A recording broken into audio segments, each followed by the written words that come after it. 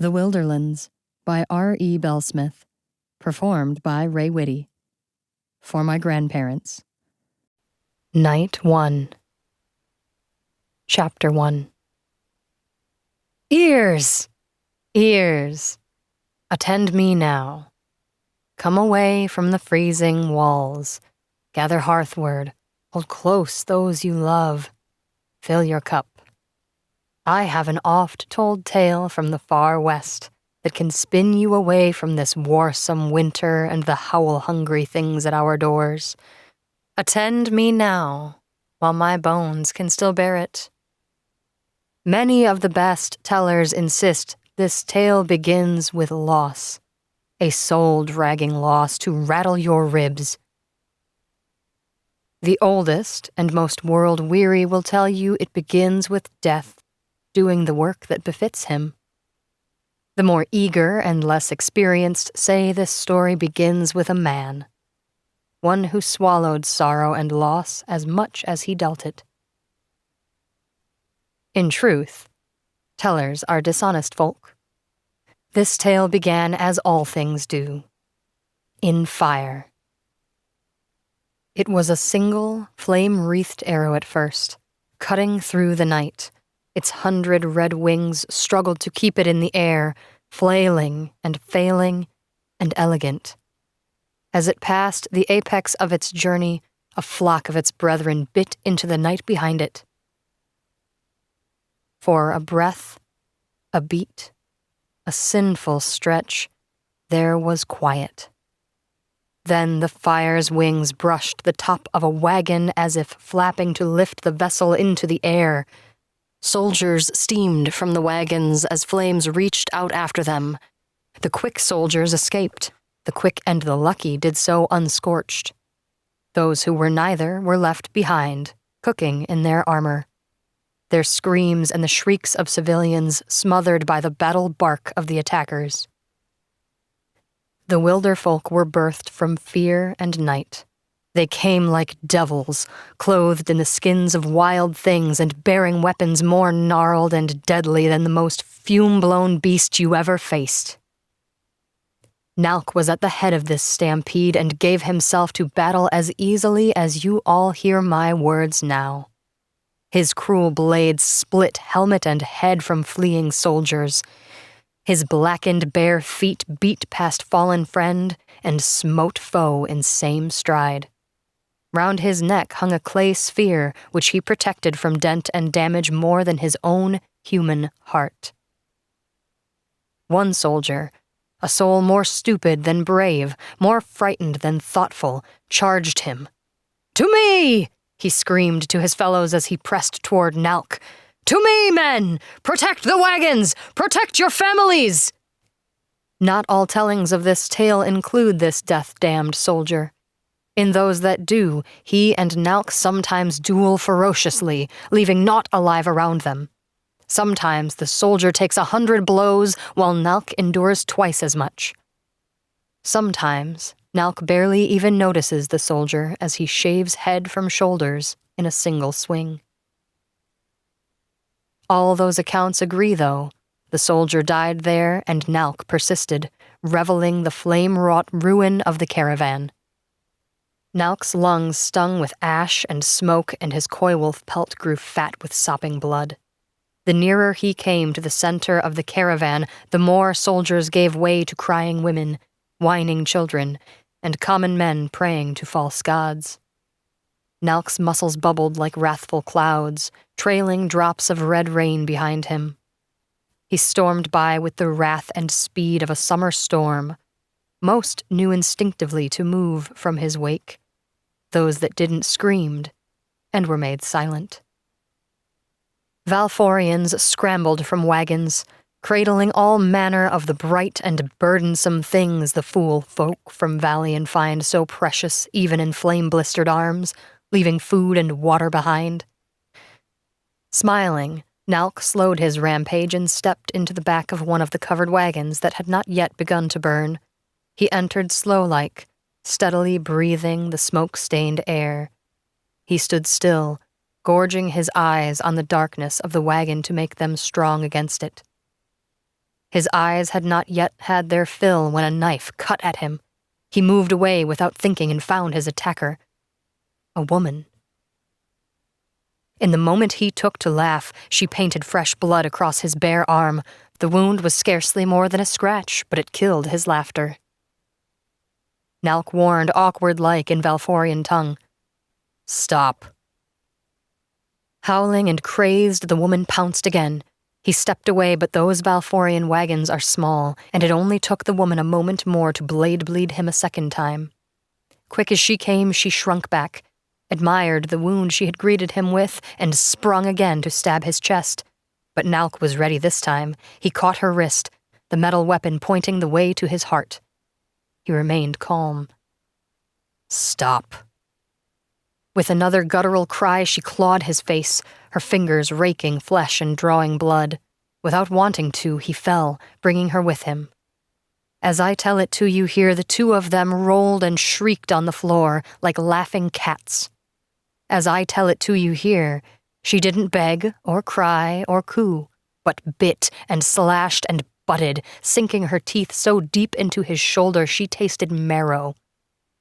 As she did, she clawed with one hand at his chest, looking to rake the life from his skin, but instead brushing the clay heart Knalc had hanging from his neck. As I tell it to you here, he felt her fingers against that cold clay sharper than her teeth in his living flesh. As I tell you all here, he didn't realize he'd slid his blade deep between her ribs until he heard a gut gurgle and felt her go limp on top of him. "Damn!" he hissed in the proper tongue. He rolled her off. The woman didn't struggle more than a creek-carried branch. She stared up without seeing anything that was there, probably calling on her god to help her. But even gods that ain't false don't oft help the living or the dying. Like most Valforians, the woman had small hands, the kind that ain't accustomed to holding knives or fighting off coy wolves in the night. Those hands were shaking now, grasping at the weeping wound run through her. Blood slipped from between her lips and leaked down her chin. She came back to herself a little at the end and looked at Knalc. In one eye sat sister hatred, and in the other was brother longing. Her mouth moved, failing to form more than brief, bloody bubbles. Knalc watched and only moved again when he felt the weight of her life flutter away. He spat, brushing his hand over the bite on his shoulder. She was Valforian, which meant there was no risk of foam fever. She was young for a Valforian. Like as not, she had been in her 30s. Valforians made sure to preserve themselves well in life, and it's always harder to read age once death has done his work. Knalc snatched up his stabber and cleaned it of the woman's blood. He started to leave, but something in his innards seized him. Knowing his guts had always told him true, he turned around to retrieve the woman's knife, tossing out the one already on his belt and replacing it with his new trophy. He didn't even bother to clean his blood from the prize as he stepped from the wagon. The fighting was beginning to fade. Those who were not laying broken and bloodied had fled into the Wilderlands. As Knalc walked to the battlefield, he breathed blood fumes and burning wood. "Knalc!" He turned and found loyal Gaimar running toward him through a veil of ash and smoke. "Knalc!" Gaimar repeated. "Come, there's something you won't believe." Knalc grunted like a man who believes quite a bit. Gaimar knew that sound. "You doubt too much. Come." Knalc's vision roved about, searching for the excuse of Valforian soldiers lurking in either Soot or Shadow who he could kill instead. Those that he found were in death's lap and would be poor sport, so he sighed and followed Gaimar. Gaimar spoke again as they walked. "What did you find in the wagon?" "Same thing we always find." He paused before adding, "And a woman." With a laugh as buxom as a boar's howl, Gaimar roared, "You, a woman! I was beginning to think." "That's not what happened." "As you say," said Gaimar, though he still chuckled in the back of his throat. "What is it you wanted me to see?" Gaimar nodded ahead, for they had already arrived.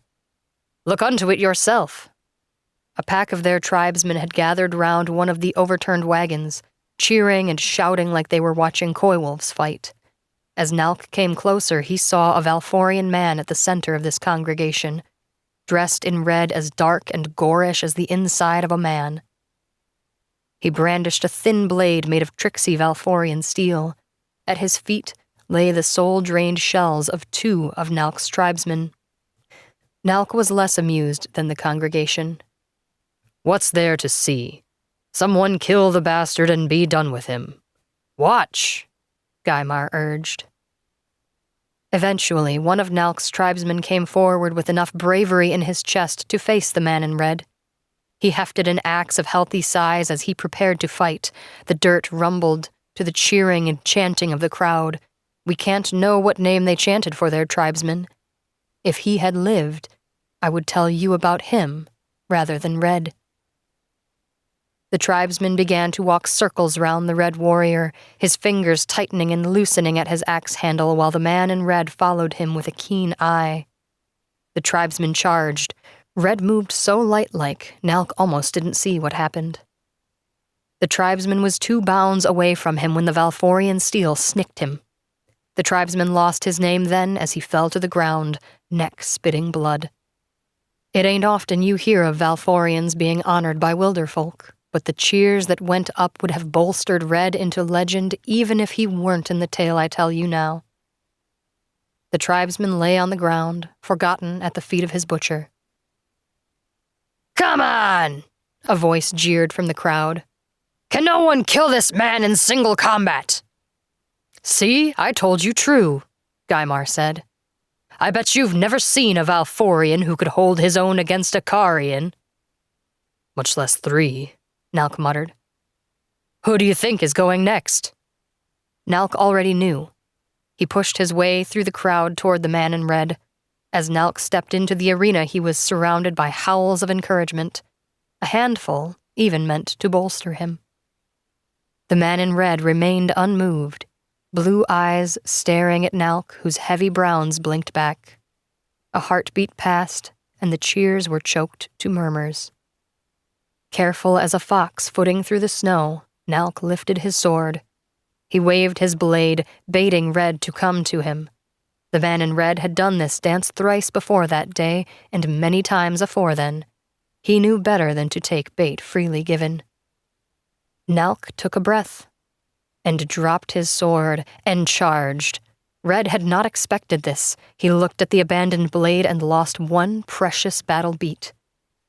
When he looked back to Knalc, what had before been merely the mind of a man's muscles became a mad attempt to salvage a single lost breath. The Valforian steel stabbed at the spot Knalc's neck had been, but Knalc knew Valforian steel and how to outsmart it. He rolled to the ground under the man's guard. All the blade did was leave a cold, thin scar on Knalc's clay heart. Red had no time to react before Knalc seized his sword arm and snapped it in a single, practiced motion. The man in red fell to the ground, shouting at the unnatural bend of his limb and the battle. Cheers sprang from the crowd as Knalc found his feet again, a small smile hidden by his untamed beard. He reached for the knife on his belt, unsheathing the smaller Valforian weapon that had come within inches of his own life. He bent over, held Red, and thrust the blade heartward. "Hold!" Only his honor urge allowed Knalc to divert the knife into the blood-dyed ground next to the man. The order to hold came from Gamak Tolls, the gore of the Car tribe. He, I tell you, was a gore among gore. Knalc bowed. Gamak raised his hairy hand in acknowledgement. "You were going to kill this man? That was the purpose of the knife?" The gaze of Gamak stabbed at Knalc with all the intent of the spoken-of weapon. Some legends say when Gamak was young and lily-cheeked, he'd managed to kill the silver tip whose skin he wore with no more than the strength of his arms and the violent gaze of his own eyes.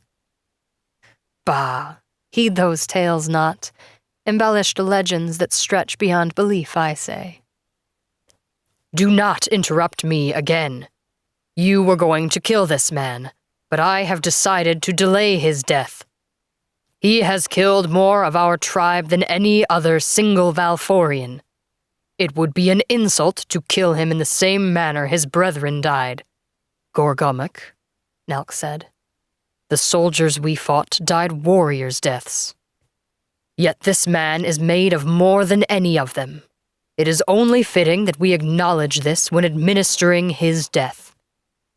A high scream came from under the wagon, the kind of scream you hear when a babe is shrieking for her mother. A girl of no more than 16 summers burst from under the wagon. Behind her she dragged a small, crying boy whose feet didn't even have the sense to move while his sister dragged him. Tears seeped from her face as she knelt next to the man in red. The man, teeth clenched, looked up at her and whispered, "I'm sorry." Knalc didn't move, waiting for the scene to end, waiting for the girl to throw herself onto the man in red and beg for his life or her life or both. The girl did no such thing. Abandoning the boy, she reached out with slender fingers and pulled the knife from the ground. Fire reflected in the polished blade as she silently examined it. She looked up at Knalc. He was surprised when he couldn't spot distress or fear in her eyes. As it was, the look in her pupils struck a dreadful note in his own heart. In her eyes burned a bubbling, molten hatred. "This is my mother's knife,"